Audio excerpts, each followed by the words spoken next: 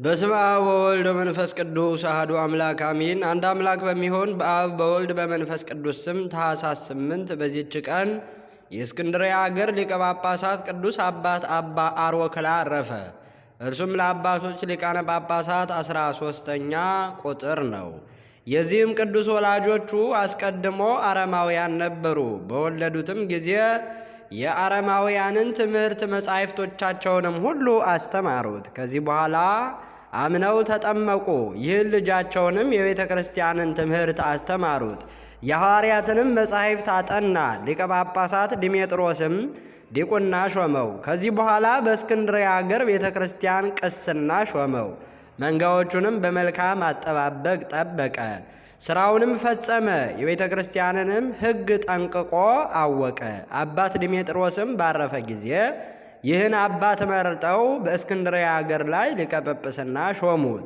እርሱም ክብር ይግባውና የክርስቶስን መንጋዎቹን በቀናች ሃይማኖት አጽንቶ ጠበቀ። ከአረማውያንም ብዙዎችን ክብር ይግባውና ክርስቶስን ወደ ማመን መልሶ የክርስትና ጥምቀትን አጠመቃቸው። ለቅዱስ ዲዮስዮስም ለምእመናን እንዲፈርድ ሥልጣን ሰጠው። እርሱ ግን ዓላማው ያንን ወደ ቀናች ሃይማኖት እስኪመልሳቸው ድረስ ያስተማራቸውና የገሥጻቸው ነበረ። በወንጌላዊው ማርቆስ ወንበርም 13 ዓመት ኑሮ በሰላም አረፈ። ለእግዚአብሔር ምስጋና ይሁን። እኛንም በዚህ አባት ጸሎት ይማረን፣ በረከቱ ከእኛ ጋር ትኑር ለዘላለሙ አሜን። በዚህችም ቀን የከበሩ ሴቶች በርባራና ዮልያና በሰማዕትነት አረፉ። ይህችም ቅድስት በርባራ በከሃዲው መክስሚያኖስ ዘመነ መንግሥት በቤተ መንግሥት ውስጥ ታላቅ መስፍን ለሆነ የሰው ልጅ ናት። ስሙም ዲዮስቆሮስ ነው። እርሱም ለልጁ ለበርባራ ማንም እንዳያያት ታላቅ ጽኑ የሆነ ሕንፃ አሰራ። ከዚያም ዳግመኛ መታጠቢያ የውሽባ ቤት በግንብ ሠራ። የሚከፍቱ 2 መስኮቶችንም የሚከፈቱ 2 መስኮቶችንም በውስጡ እንዲሰሩ አዘዘ። ቅድስት በርባራም 2ቱን መስኮቶች ባየች ጊዜ 3ኛ መስኮትን እንዲሰሩ ሐናጺዎቹን አዘዘቻቸው። ከዚህ በኋላ ክብር ይግባውና የጌታችን ኢየሱስ ክርስቶስን አዳኝ የሆነም የመስቀሉን ምልክት በውሃ መታጠቢያው ላይ አሰራች። አባቷም ወደዚህ ሕንፃ በገባ ጊዜ ይህን ልጁ ያሰራችውን አይቶ አናጺዎቹን ጠየቀ። እነርሱም ይህንን እንድንሰራ ልጅህ አዘዘችን አሉት። እርሷንም ጠርቶ ለምን እንዲህ አደረግሽ አላት። እርሷም አባቴ ሆይ አስተውል፣ ልዩ 3 በሆነ በሥላሴ ስም ሥራ ሁሉ ይፈጸማልና፣ ስለዚህ 3ኛ መስኮት አሰራሁ። ይህም መስቀል ዓለሙ ሁሉ በእርሱ በዳነበት በመድኃኒታችን ኢየሱስ ክርስቶስ መስቀል አምሳል ነው። አንተም አባቴ ሆይ ከስህተትህ ተመልሰህ የፈጣሪህን አምላክ አምልከው፣ የፈጠረህን አምላክ አምልከው አለችው። አባቱም ከእርሷ ይህንን በሰማ ጊዜ ሰይፉን መዞ በኋላዋ ሮጠ። እርሷም ሸሸች። በፊቷም የነበረች አለት ተሰንጥቃ በውስጧ ገብታ ሰወረቻት። ከዚህ በኋላ ወደ አባቷ ተመለሰች። እርሱም እንዲያሰቃያት ለሌላ መኮንን አሳልፎ ሰጣት። እርሱም ታላቅ ስቃይን አሰቃያት። በዚያም ዮልያና የምትባል ሴት ነበረች። ቅድስት በርባራንም አየቻትና የምታጽናናትና የምታረጋጋት ሆነች። ክብር ይግባውና ጌታችን ኢየሱስ ክርስቶስም ለቅድስት በርባራ ተገለጸላትና አረጋጋት። ከዚያ በኋላ አባቷ በሰይፍ ራሷን እንዲቆርጡ የባልንጀራዋ የዮሌናውያንም ራስ እንዲቆረጡ አዘዘ። ቆረጧቸው። የሰማዕትነት አክሊልንም ተቀበሉ። በዚያን ጊዜ ከሰማይ እሳት ወርዶ አባቱንና ጓደኛው የሆነ መኮንን መርትያኖስን አቃጠላቸው። ያም በውሽባ ቤት ውስጥ በመስቀል ምልክት ያሰራችው መታጠቢያ ለታመመ ሁሉ ከእርሱ በታጠበ ጊዜ የሚያድን በውስጡ ታላቅ ፈውስ ያለበት ሆነ። ከዚህ በኋላ የቅዱሳት ሰማዕታትን ሥጋቸውን ወስደው ከከተማ ውጭ ባለች ቤተ ክርስቲያን ስሟ ገላልያ በሚባል ቦታ አኖሯቸው። ይህ ሥጋቸውም በቅዱሳን ሰማዕታት በአቡቂርና በዮሐንስ በምስር አገር ባለ ቤተ ክርስቲያናቸው እስከ ዛሬ አለ። ለእግዚአብሔር ምስጋና ይሁን። እኛንም በቅዱሳት ሰማዕታት ጸሎት ይማረን። በረከታቸው ከእኛ ጋር ትኑር ለዘላለሙ በእውነት አሜን። በዚህችም ዕለት የብፅዕት እንባመሪና መታሰቢያዋ ነው። በረከቷ ከእኛ ጋር ትኑር ለዘላለሙ አሜን። በዚህችም ቀን ቅዱስ አባት የደብረ ቀለሞን አባ ሳሙኤል አረፈ። ይህም ቅዱስ ለግብፅ ደቡብ ከሆነ መጺል ከሚባል አገር ደክሎባ ከሚባል መንደር ነው። ወላጆቹም ቅዱሳንና ንጹሐን ናቸው። ያለ እርሱም ልጅ አልነበራቸውም። አባቱም ቄስ ነበረ። በሌሊት በራእይ ፊቱ ብሩህ የሆነ ሰው አየ። ይህ ልጅህ ለብዙ ሰዎች የታመነ ቸር መምህር ይሆን ዘንድ አለው፣ በዘመኑም ሁሉ ለእግዚአብሔር የተመረጠ ይሆናል አለው። አባ ሳሙኤልም ከታናሽነቱ ጀምሮ እንደ ነቢዩ ሳሙኤል ንጹሕ ነው። ሁልጊዜም የምንኩስና ልብስን ይለብስ ዘንድ ያስብ ነበረ። በአንዲት ቀን ወደ አስቄጥስ ገዳም ይሄድ ዘንድ ምክንያት አግኝቶ ከአባቱ ዘንድ ወጣ፣ ግን መንገዱን አያውቅም ነበረ። የእግዚአብሔርን መልአክ በመነኩሴ አምሳል ሆኖ እየመራው አብሮት ተጓዘ። ባደረሰውም ጊዜ በበዓት ውስጥ ለሚኖር ለአንድ ስሙ አባ አጋቶን ለሚባል ሽማግሌ መነኮስ ሰጠው። እርሱ እጅግ ጻድቅ ሰው ነውና። ይህም መልአክ ስለ አባ ሳሙኤል ለአባ አጋቶን እንዲህ ብሎ ነገረው።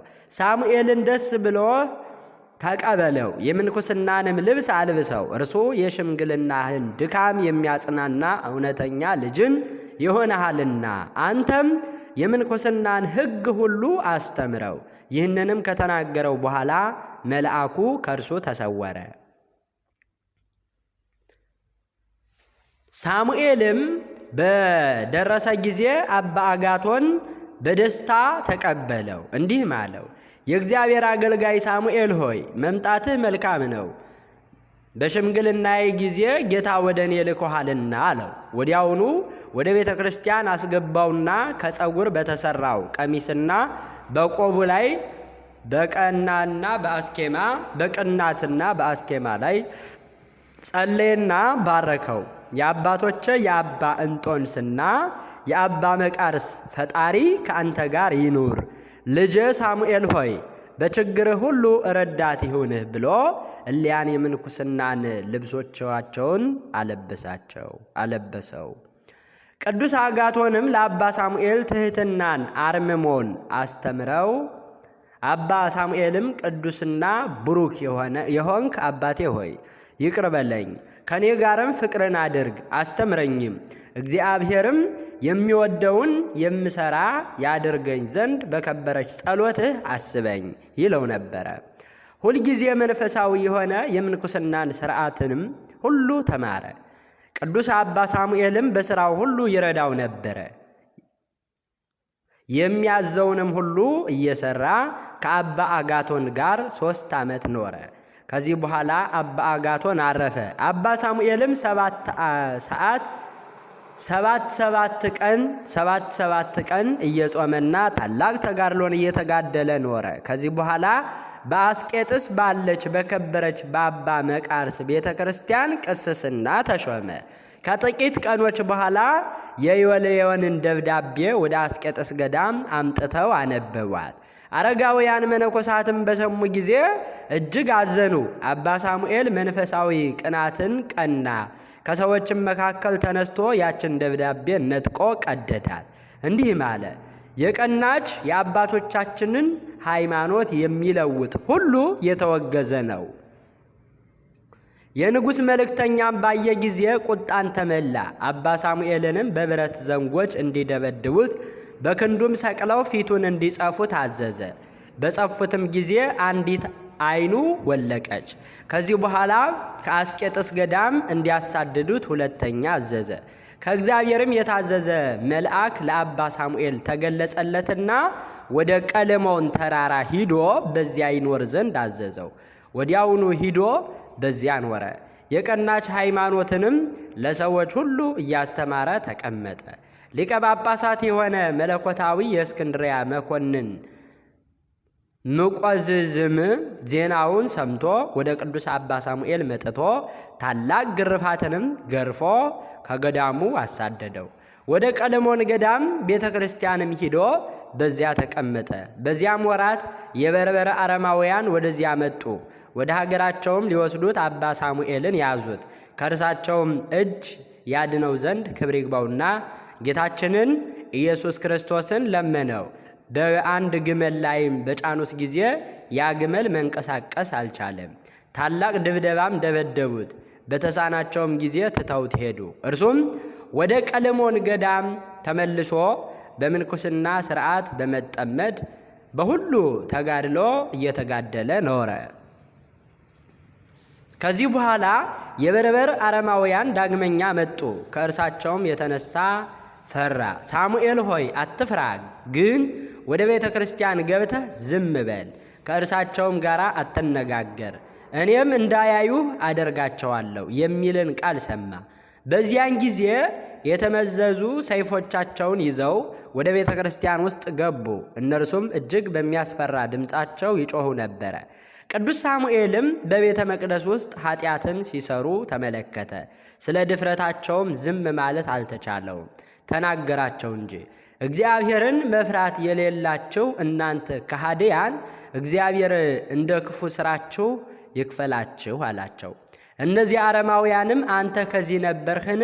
እኛ ግን አላየንህም አሉት። ከዚህ በኋላ ይዘው ከቤተ ክርስቲያኑ ምሰሶ ጋር አሰሩት። ለመሞት እስቲቀርብ ድረስ ገረፉት። ከማሰሪያውም ሲፈቱት በግንባሩ ተደፋ። ግመሎች እስካሉበትም ቦታ ጎተቱት። ራሱንም በጫማ መቱት። ከድብደባ ብዛት የተነሳ መንቀሳቀስ አልተቻለውም። በግመልም ጫኑት። ከሕመሙም ጽናት የተነሳ መሪር ለቅሶን የሚያለቅስ ሆነ። ያም ግመል ወደ እርሱ ተመልሶ በሰው ቋንቋ እንዲህ ብሎ ተናገረው። መደብደብህን መልካም አደረጉ። ዝም በል አትናገር ያለህን የፈጣሪህን የእግዚአብሔርን ትእዛዝ ስለተላለፍክ ሞት ይገባሃልና አለው። አባ ሳሙኤልም ሲሰማ በእውነት በድያለሁ፣ ነገር ግን እግዚአብሔር ቻይ ነውና መተላለፌን ይቅር ይበለኝ አለ። ከዚህ በኋላ ወደ ሀገራቸው ወሰዱት። በዚያም የአስቄጥስ ገዳም አበምኔት የሆነውን ከእርሱ አስቀድሞ የማረኩትን አባ ዮሐንስን አገኘውና እርስ በርሳቸው ተጽናኑ። የአባ ሳሙኤልም ጌታው ፀሐይን እንዲያመልክ ያስገድደው ነበረ። እርሱ ግን ከቶ አልሰማውም። ከዚህ በኋላ ከአንዲት ብላቴና ጋር በሰይጣን ምክር እግሩን አቆራኝቶ ግመሎቹን እንዲጠብቁ ወደ ጫካ ሰደዳቸው። ቅዱስ ሳሙኤል ከእርሷ ጋር በኃጢአት እንደሚወድቅና ዲያብሎስ ባስተማረውና በመከረው ሁሉ እንደሚታዘዝለት አስቧልና። በዚህም ሁሉ ቅዱስ ሳሙኤል ኃይልና ብርታትን የሚጨምርለት ሆኖ ጌታው ታሞ ለሞት እስከቀረበ ድረስ በዚያ ኖረ። አባ ሳሙኤልም በላዩ ጸለየና ከደዌው ፈወሰው። ዜናውን በሀገሩ ሁሉ ተሰምተው ደዌ ያለባቸው ሁሉ ወደ እርሱ የሚመጡ ሆኑ። እርሱም በዘይቱ ላይ ጸልዮ ሲቀባቸው ወዲያውኑ ይድናሉ። ጌታውም ይህንን አይቶ እጅግ አደነቀ። በአንተ ላይ ያደረግኩትን በደሌን ሁሉ ይቅር በለኝ ብሎ ሰገደለት። እጅግም ወደደው አከበረውም። የምትሻውን ሁሉ ጠይቀኝ አደርግልሃለሁ አለው። አባ ሳሙኤልም ወደ ሀገሬ እመለስ ዘንድ እሻለሁ አለው። ጌታውም እጅ መንሻ ብዙ ገንዘብና ግመሎችን አዘጋጅቶ በፍቅር በሰላም ሸኘው። ልጆቹ መነኮሳትም ወደ እርሱ ተሰበሰቡ። አእላፋት እስከሆኑ ድረስ እጅግ በዙ። ቅድስት ድንግል እመቤታችን ማርያምም ተገልጻለት ይህ ቦታ ለዘላለም ማደሪያዬ ይሆናል አለችው። ከዚያችም ዕለት ወዲህ ወደዚህ ገዳም አረማውያን ተመልሰው አልመጡም። ይህ አባት ሳሙኤልም ብዙ ድርሳናትን ደረሰ።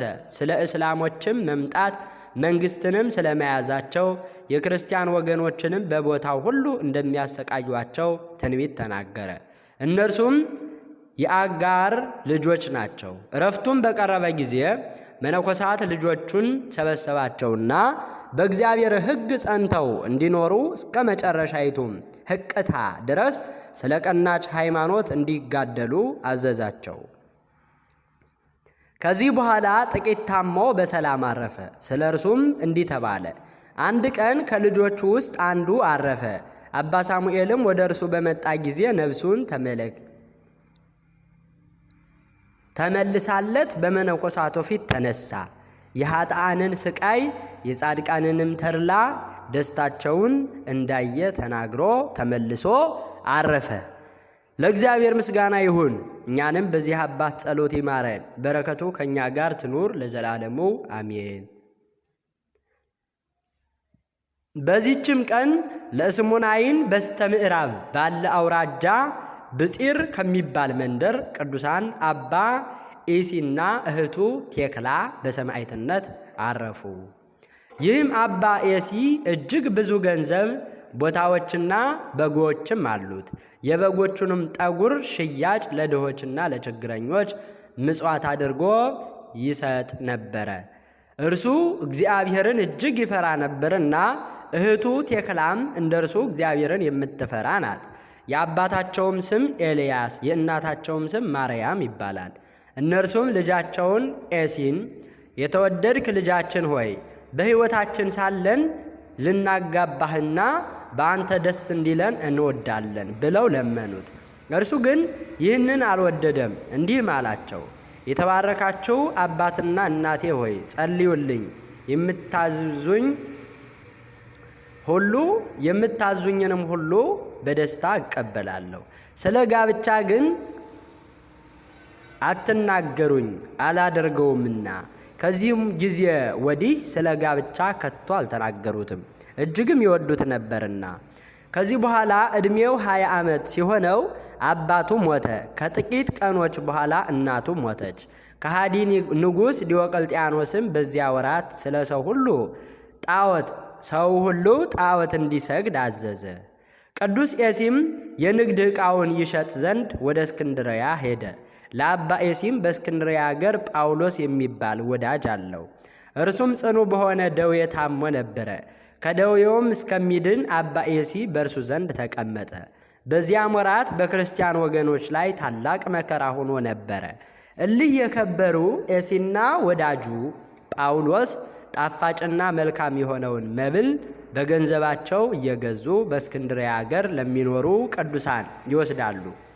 እንዲሁም ክብር ይግባውና በጌታችን ኢየሱስ ክርስቶስ ስም የታሰሩትን ይጎበኟቸዋል፣ የታሰሩትንም ያረጋጋቸዋል፣ እንደ ባሮችም ያገለግሏቸው ነበረ። እሊህ ቅዱሳንም የሰማዕታት አክሊልን እናንተ ትቀበሉ ዘንድ አላችሁ ብሎ በእነርሱ ላይ ትንቢት ተናገሩ። በዚያም ወራት የሕርማኖስ ልጅ ቅዱስ ፊቄጦርን ወደ እስክንድርያ አገር አመጡት። አባ ኤሲና ወዳጁ ጳውሎስም ባዩት ጊዜ አደነቁ፣ መንፈሳዊ ቅናትንም ቀኑበት፣ እርሱ የዚህን የኃላፊውን ዓለም መንግሥት ንቋልና። ከዚህ በኋላ አባ ኤሲ ወደ መኮንኑ ቀርቦ በክብር ባለቤት በጌታችን ኢየሱስ ክርስቶስ ታመነ። መኮንኑም ያሰቃዩት ዘንድ አዘዘ። በአለንጋዎችም ብዙ ግርፋትን ገረፉት። ሕዋሳቱንም በሾተሎች ሰነጣጠቁ። በሥጋውም የችቦ መብራቶችን አደረጉ፣ በሰንሰለትም አሰሩት። ሁለተኛም ነበልባሉ እጅግ ከፍ ከፍ እስከሚል በማንደጃ ውስጥ እሳትን አነደዱ። አባ ኤሲንም ከውስጡ ጣሉት። እርሱም እንዲህ ብሎ ጸለየ። ጌትነት ገንዘብህ የሆነ ጌታዬ ኢየሱስ ክርስቶስ ሆይ 3 ደቂቅን ከነደደ እሳት፣ ዳንኤልን ከአንበሶች አፍ፣ ምስክርህ ፊቄጦርንም ከውሻ ቤት እሳት ያዳንሃቸው፣ ከውሽባ ቤትም እሳት ያዳንሃቸው አንተ ነህና እንደነርሱ አድነኝ። የሚረዳኝንም ቸር መልአክ ላክልኝ። ለአንተም ምስጋና ይሁን አሜን። ይህንንም ጸሎት በጸለየ ጊዜ እነሆ ሱርያል መልአክ ከሰማይ ወርዶ በአባ ኤሲ ቀኝ ቆመና፣ ጻድቅ ሰው ሆይ ሰላም ላንተ ይሁን፣ እግዚአብሔር ካንተ ጋር ነውና ከመከራህም ሁሉ እርሱ ያድንሃልና አትፍራ አለው። በዚያን ጊዜ የእሳቱ ማንደጃ እንደ ቀዝቃዛ ጠል ሆነ። መልአኩም የእቶኑን ግድግዳ ሰንጥቆ የከበረ አባ ኤሲን እጁን ይዞ ያለ ጥፋት በጤና ወጣው። በዚያንም ጊዜ አባ ኤሲ ወደ መኮንኑ ሂዶ እንዲህ ብሎ ጮኸ። አንተ ከሃዲ ንጉሥህና ከረከሱ ጣዖታቶች ጋር እፈር። ሕዝቡም ሕያው ሆኖ ያለ ጉዳትም አባ ኤሲን ባዩት ጊዜ እጅግ አደነቁ። በአንድ ቃልም እኛ በግልጥ ክርስቲያን ነን፣ በቅዱስ አባ ኤሲ አምላክ እናምናለን ብለው ጮኹ። መኮንኑም ራሶቻቸውን በሰይፍ እንዲቆርጡ አዘዘ። በመንግሥተ ሰማያትም የሰማዕትነት አክሊልን ተቀበሉ። ከዚህ በኋላ አባ ኤሲን ወደ እስር ቤት እንዲወስዱት መኮንኑ አዘዘ። እንዳዘዛቸውም አደረጉ። ለእህቱም ለቴክላ የእግዚአብሔር መልአክ ተገልጾላት ወንድሟን አባ ኤሲን ትጎበኘው ዘንድ ወደ እስክንድርያ አገር እንድትሄድ አዘዛት። ያን ጊዜ ከእንዲናው ከተማ ተነስታ ከባሕር ዳርቻ ደረሰች። መንፈሳዊ መርከብም ተገለጸላት። እመቤታችን ቅድስት ድንግል ማርያምም ከመጥምቁ ዮሐንስ እናት ከኤልሳቤጥ ጋር በውስጧ አለች። አዝነውም ተመለከተቻቸውና እመቤቶቼ ሆይ የደረሰባችሁ ምንድነው? አዝናችሁ አያለሁና አለቻቸው። ቅድስት ኤልሳቤጥም በእርጅናዬ ወራት የወለድኩት አንድ ልጅ ነበረኝ፣ ወስደው አረዱብኝ አለቻት። እመቤታችን ቅድስት ድንግል ማርያምም ለእኔም አንድ ልጅ ነበረኝ፣ እርሱንም ወስደው ሰቅለው ገደሉብኝ አለቻት። ቴክላም እመቤቶቼ ሆይ በእውነት ጽኑ ሐዘን አግኝቷችኋል አለቻቸው። ይህንንም እየተነጋገሩ ወንድሟ አባ ኤሲ ወዳለበት አደረሷት። የተገለጹላት እነማን እንደሆኑ አላወቀችም ነበረ። አባ ኤሲም እህቱ ቴክላን ባያት ጊዜ ፈጽሞ ደስ አለው። እርሷም ከእርሱ ጋር በሰማዕትነት ትሞት ዘንድ ተስማማች። ከዚህ በኋላ የሌሊቱ እኩሌታ በሆነ ጊዜ የእግዚአብሔር መልአክ ሱርያል ለአባ ኤሲ ተገለጸለት። በብርሃናውያን ክንፎቹ ተሸክሞ ወደ ሰማይ አወጣው። ኢየሩሳሌም ሰማያዊትንም አሳየው። ቅዱሳንም ሁሉ መጥተው ሰላምታ ሰጡት። የሰው አንደበት ስለ እርሷ ሊናገር የማይቻለው ልዕልናውን ክብሯን አሳየው። በወርቅ በዕንቁ ያጌጡ አደባባዮቿንም ከፀሐይ ብርሃን 7 እጅ የሚበልጥ በውስጧ ያለውንም ብርሃን አሳየው።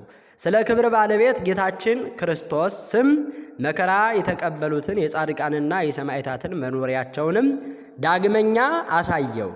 ከዚህ በኋላ የእግዚአብሔር መልአክ ወደ ሌላ ቦታ ወሰደውና ታላቅ አዳራሽንም አሳየው። በውስጡም በወርቅ በዕንቁ የተሸለሙ 300 ምሰሶዎች አሉ። ዙፋኖችም በዕንቁ የተሸለሙ አሉ። በዚህም አዳራሽ ውስጥ 200 ጭፍሮች ቆመው ነበረ። እነርሱም በወርቅ ዝናር የታጠቁና ያጌጡ ናቸው።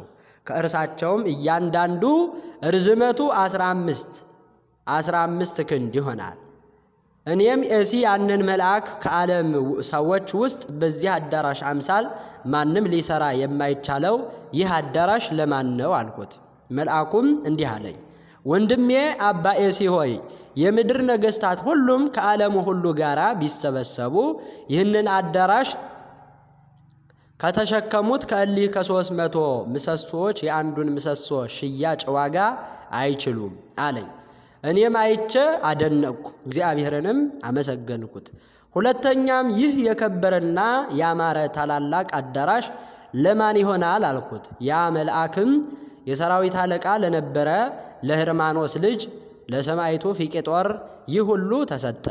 እርሱም ምድራዊ መንግሥትን ሽልማቱንና ጌጡን ክብሩን ሁሉ ንቆ ትቶ መከራ መስቀሉን ተሸክሞ የክብር ባለቤት የሆነ ጌታውን ክርስቶስን ተከትሏልና፣ ስለዚህ ይህ ኃላፊው ምድራዊ መንግሥት ፈንታ የማይጠፋ መንግሥትን እግዚአብሔር ሰጠው አለኝ።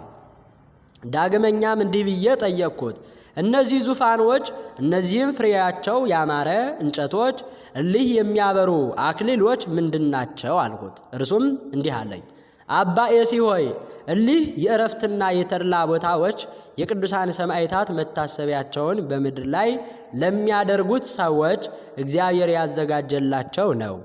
አባ ኤሲ ሆይ ስማ፣ እኔ ላስረዳህ። በሰማዕታት በስማቸው ቤተ ክርስቲያን የሚሰራ ሰው ሁሉ ወይም ስጋቸውን የገነዘ ወይም መስዋዕትን የሰጠ መብራትንም ወይም የተራበ ያበላ የተራቆቱትንም ያለበሰ ወይም ለቤተ ክርስቲያናቸው መጻሕፍት ገዝቶ የሰጠ ወይም ገድላቸውንና ምስክርነታቸውን የጻፈ በችሎታው መጠን በመታሰቢያቸው ቀን በጎ ሥራ የሰራ ቀዝቃዛ የጽዋ ውሃ የሰጠ ዋጋውን አያጣም ብሎ ክብር ይግባውና ጌታችን በከበረ ወንጌል እንደተናገረ ከሰማዕታት ለአንዱ ወይም ከጻድቃን መታሰቢያቸውን ሲያደርግ የነበረ ሰው በሞተ ጊዜ ያ ሰማዕት ወይም ጻድቅ መጥቶ ክብር ይግባውና በጌታችን ኢየሱስ ክርስቶስ ፊት ይሰግዳል። ጌታዬና ፈጣሪዬ ሆይ በምድር መታሰቢያን ስታደርግ ኑራለችና ይህችን ነፍስ ስጠኝ ይላል። እርሱንም ይሰጣታል። እርሱም ተቀብሎ ያችን ነፍስ ወደዚህ ተድላ ደስታ ወዳለባት ቦታ ያስገባታል። ያች ነፍስ እጅግ ኃጢአተኛ ከሆነች ግን ከእግዚአብሔር ዘንድ ቃል ይወጣል። በመላእክት አለቃ በሚካኤል አፍ እንዲህ ተብሎ ይነገራል። ሁሉን የያዘ እግዚአብሔር ይችን ነፍስ ለአንዲት ቅጽበት አንድ ጊዜ እንዲወረውሯት አዘዘ። ከዚያ በኋላ ስለ እርሷ ለማለደ ለዚያ ሰማዕት ወይም ለጻድቁ ይስጡት ይላል። እንደዚህም ለዚያ ሰማዕት ወይም ለጻድቁ ትሰጠዋለች። እርሱም ተቀብሎ ይወስዳታል። በመጠመቂያውም ውስጥ ያጠምቋታል። ያማሩ ልብሶችንም አልብሰው ከነዚህ ከምታያቸው ዙፋኖች በአንዱ ዙፋን ላይ ያስቀምጧታል። በማይጠፋ አክሊልም ይጋርዷታል። ከቅዱሳን ሁሉ ጋር ደስ እያላት ለዘላለሙ ትኖራለች። ከዚህ በኋላ ያ መልአክ ተሸክሞ ወደ እስር ቤት መለሰኝ። ሰላምታም ሰጥቶኝ ወደ ሰማይ አረገ። እኔም ስለ ከበረ ስሙ ለሚጋደሉ ስለሚሰጥ ታላቅ ሀብት እጅግ አደነቅኩ። በነጋም ጊዜ ቅዱስ አባት ኤሲን ከእህቱ ቴክላ ጋር ያመጡት ዘንድ መኮንኑ አዘዘ። አምጥተውም በጽኑ ስቃይ በተሽከርካሪዎች መሳሪያ በእሳት ቃጠሎ በብረት ችንካሮች የራሳቸውንም ቆዳ በመግፈፍ አሰቃዩአቸው። እግዚአብሔርም ያለ ጉዳት በጤና ያስነሳቸው። ከስቃያቸውም የተነሳ በሰለቸ ጊዜ ወደ ላይኛው ግብፅ ይወስዳቸው ዘንድ ለእንዲናው አገር መኮንን አሳልፎ ሰጣቸው። 8 ቀንም ያህል እንደተጓዙ መርከቢቱ ከባሕሩ ዳር ቆመች። መኮንኑም ራሶቻቸውን በሰይፍ እንዲቆርጡ አዘዘ። ቅዱሳን አባ ኤሲና እህቱ ቴክላም እጅግ ደስ አላቸው። ጸሎታቸውንም ጸልየው በፈጸሙ ጊዜ በሰይፍ ራሶቻቸውን ቆረጧቸው። እግዚአብሔርም ስንጡፍ ከሚባል አገር ስሙ ኦሪ የሚባለውን ቄስ የቅዱሳንን ሥጋቸውን እንዲያነሳ አዘዘው። እርሱም አንስቶ ወስዶ አጥኖ ባማሩ ልብሶች ገነዛቸው። የመከራው ወራት እስኪፈጸም በንጹሕ ቦታ አኖሯቸው። ከእርሳቸውም ታላላቅ ተአምራት ተገለጡ። ከእነርሱም ጋር በሰማዕትነት የሞቱ ቁጥራቸው 477 ነፍስ ናቸው። ለእግዚአብሔር ምስጋና ይሁን። እኛንም በሰማዕታት ጸሎት ይማረን፣ በረከታቸው ከእኛ ጋር ትኑር ለዘላለሙ በእውነት አሜን። በዚህችም ቀን በደማስቆ የተከበረ አባ ዮሐንስ አረፈ። ይህም ቅዱስ ከደማስቆ ከከበርቴዎችና ከታላላቆቿ ወገን መንሱር ለሚባል ሰው ልጁ ነው። በጥበብና በፈሪሃ እግዚአብሔርም አደገ።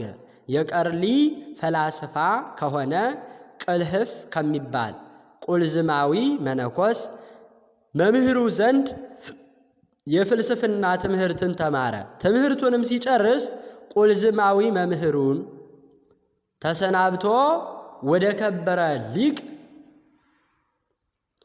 ሳበ ሰማዕት ገዳም ሄደ። አባቱን በሞተ ጊዜ ለሀገረ ገዡ ጸሐፊ ሆነ፣ ግን ሚስጥሩን አይሰውርም። በዚያን ወራት የካሃዲ ልዮን ልጅ ቆስጠንጢኖስ ተነስቶ በአምላክ ፈቃድ ስለተሳሉ ስዕሎች ጸብ በማንሳት አብያተ ክርስቲያናትን አወከ።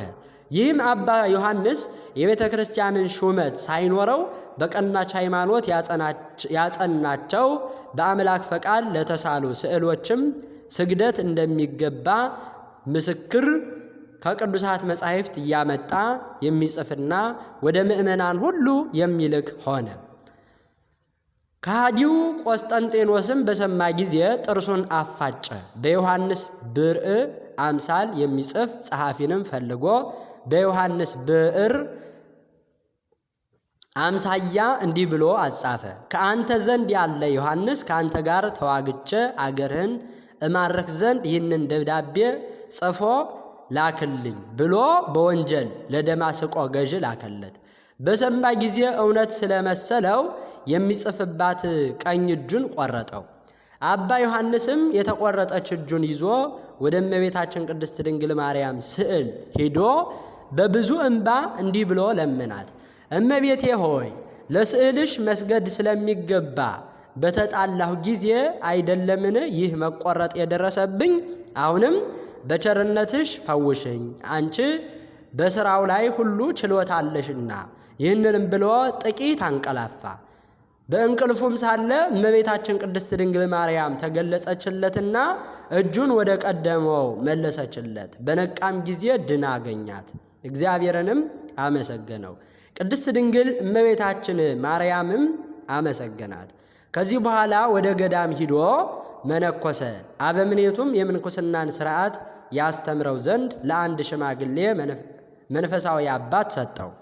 ሽማግሌውም ልጄ ዮሐንስ ሆይ አፋዊ ከሆነች ትምህርትህ ምንም ምን አታድርግ፣ ግን ዝምታን ተማር አለው። ከትሕትናውም ብዛት የተነሳ ሰይጣንን ድል ነሳው። ከዕለታት በአንዲቷ ከመነኮሳቱ አንዱ ሽማግሌ ሞተ። መነኮሳቱም ስለ ወንድማቸው ሙሾ እንደሚያወጣለት አባ ዮሐንስን ለመኑት። አባ ዮሐንስም ከሽማግሌው መምህር የትእዛዝ የተነሳ እኔ እፈራለሁ አላቸው። ለማንም አይገለጥም አሉት። ምልጃንም ባበዙበት ጊዜ ለሚሰማት ሁሉ የምታሳዝን ውሾ ደረሰ። መምህሩም አውቆ በእርሱ ላይ ተቆጣ፣ ከበዓቱም አባረረው። እርሱም አባ ዮሐንስ ወደ አረጋውያን ሁሉ ተማጠነ። ሽማግሌውንም ይቅርታ እንዲያደርግ ግድ ባሉት ጊዜ የመነኮሳቱን የመጸዳጃ ቤት የጠረገ እንደሆነ እምረዋለሁ አለ። አባ ዮሐንስም ሰምቶ መንፈሳዊ መምህሩ እንዳዘዘው አደረገ። እርሱንም ቅንነቱንና ትሩፋቱን አይቶ በደስታ ተቀብሎ ወደ ማደሪያው አስገባው። እመቤታችን ቅድስት ድንግል ማርያምም አረጋዊ መምህሩን ድርሳናትን መድረስን እንዳይከለክለው አዘዘችው። ከዚህ በኋላ ብዙ ድርሳናትን ደረሰ። የኢየሩሳሌሙም ሊቀ ጳጳሳት ቅስና ሾመው። በአምላክ ፈቃድ ስለተሳሉ ስዕሎች ክብር ስለ ቀናች ሃይማኖትም ስለ ነገሥታቱና መኳንንቱን ሲዘልፋቸው ኖረ። ወደ ሽምግልናም በደረሰ ጊዜ ወደ ወደደው ክርስቶስ ሄደ። ለእግዚአብሔር ምስጋና ይሁን፣ እኛንም በጻድቁ ጸሎት ይማረን፣ በረከቱ ከኛ ጋር ትኑር ለዘላለሙ አሜን።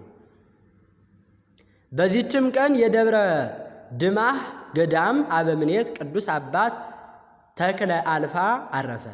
ዳግመኛም በክርስቶስ የሚታመን የገብረ ማርያም እረፍቱ ነው። እርሱም የሰማዕታትና የጻድቃንን በየእረፍታቸው ቀን ለእያንዳንዱ ርሁባንን በማጥገብ የተራቆቱትን በማልበስ መታሰቢያቸውን የሚያደርግ ነው። እንዲህም ባለ ሥራው ሳለ ያን ጊዜ እስላሞች ወደ ሸዋ አገር መጡ። እርሱም ያማሩ ልብሶችን ለብሶ ወደ ቤተ ክርስቲያን ሂዶ ገብቶ ጸሎትን ጸለየ። ሲጸልይም እስላሞች ወደ እርሱ መጥተው ራሱን በሰይፍ ቆረጡት። የሰማዕትነት አክሊልንም በመንግሥተ ሰማያት ተቀበለ። ለእግዚአብሔር ምስጋና ይሁን፣ እኛንም በቅዱሳን ጸሎት ይማረን፣ በረከታቸውም ከእኛ ጋር ትኑር ለዘላለሙ አሜን።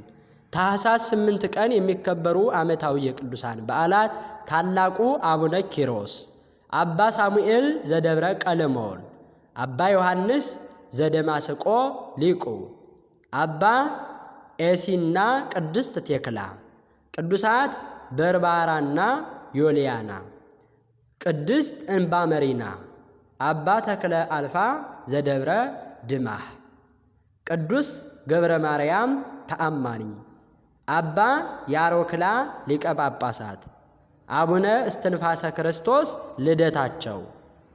ወርሃዊ በዓላት ቅዱስ ሙሴ ሊቀ ነቢያት፣ አባ ብሶይ ብሾይ፣ ቅዱሳን አርባዕቱ እንስሳ ኪሩቤል፣ ቅዱሳን ማትያስ ሐዋርያ ከ12ቱ ሐዋርያት። እግዚአብሔር ቅዱሳንን ስላገለገላቸው እስካሁንም ስለምታገለግሏቸው ያደረጋችሁትን ሥራ ለስሙም ያሳያችሁትን ፍቅር ይረሳ ዘንድ አመፀኛ አይደለምና በእምነትና በትዕግስትም የተስፋውን ቃል የሚወርሱትን እንድትመስሉ እንጂ ከዳተኞች እንዳትሆኑ።